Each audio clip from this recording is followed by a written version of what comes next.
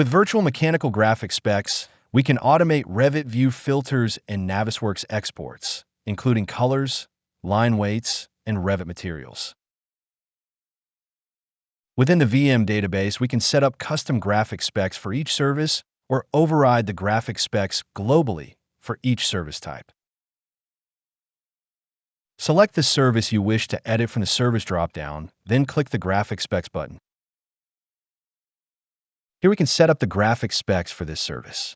Select a line color, fill color, line weight, and Revit material for each service.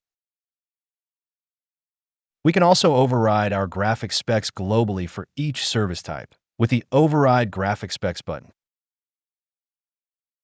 Here we will override the specs for our equipment service type, hangar service type, and opening service type. Once our VM database has been set up, we can use the Apply Graphic Specs command to automate lean view filters for any view or view template.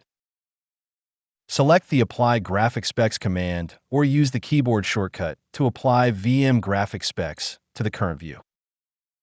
If the view is driven by a view template, the template and all relevant views will be updated.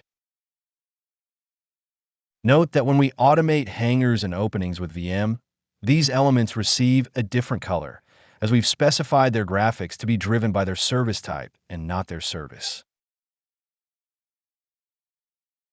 Select the Visibility Graphics button or use the default shortcut, VG.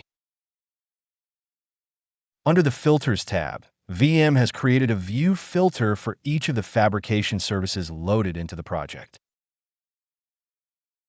Select the Edit Rule Filters button. Note that VM has also created rule-based filters for the relevant fabrication elements. The VM database graphic specs can also optionally drive Revit materials for each service or service type. When exporting to Navisworks or other collaboration software, these materials are maintained. When VM Data Auto Update is on, all new fabrication parts will receive the Revit material driven by the VM database.